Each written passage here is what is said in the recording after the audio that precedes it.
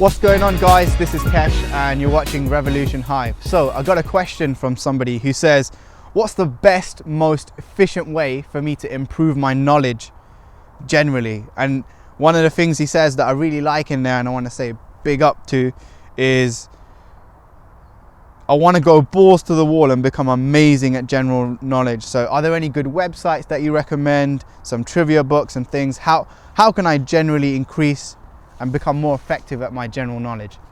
So I got a couple of answers for you. My first one, and I've used this time and time again, is hang around with people who are smarter than you. So look at your friend circle, look at the people who you know, your acquaintances. It could be on Twitter, it could be on Facebook, and just start talking to them more, because often what will happen is they'll have conversations with you that you don't know as much about that topic, but you'll learn so much just from having those conversations. And it's those conversations, not just books and websites and all these other things, that give us a greater general knowledge, but conversations with people who are reading and studying loads.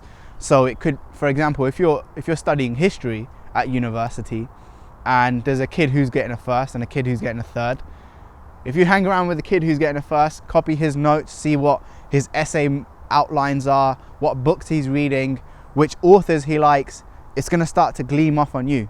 And just by hanging around with that person, just by going to the library and sitting next to them, it's going to naturally rub away, and you're going to take up some of that knowledge as well. The next thing I would say, and this is what I've started to do recently, is when you're traveling, when you're walking around, instead of listening to music, listen to audiobooks instead.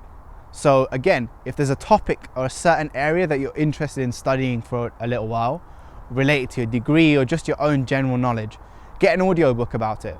So I've been listening to Conversations with God at the moment, been listening to some Tony Robbins, and while I'm walking around, if I'm on the train, the other day I did a 2-hour journey to London and I came back the same day, and that's 4 hours of travel time.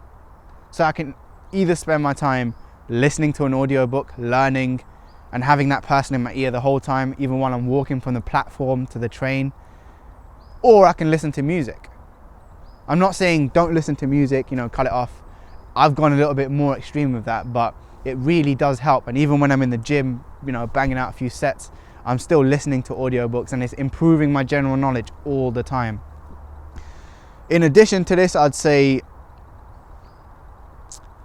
listen to audiobooks, but also start watching everything that you do. Start trying to put an educational element into it. So if you're going to watch a film, instead of watching The Hangover Part 3, which has the pretty much same storyline as the other three, watch something like 12 Years a Slave or Schindler's List, something that gets you thinking about history or will teach you something just through watching it.